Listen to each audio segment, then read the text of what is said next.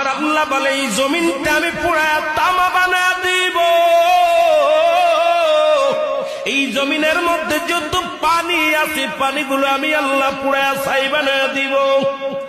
যেদিন কিচ্ছু বলতে কিচ্ছু থাকবে না,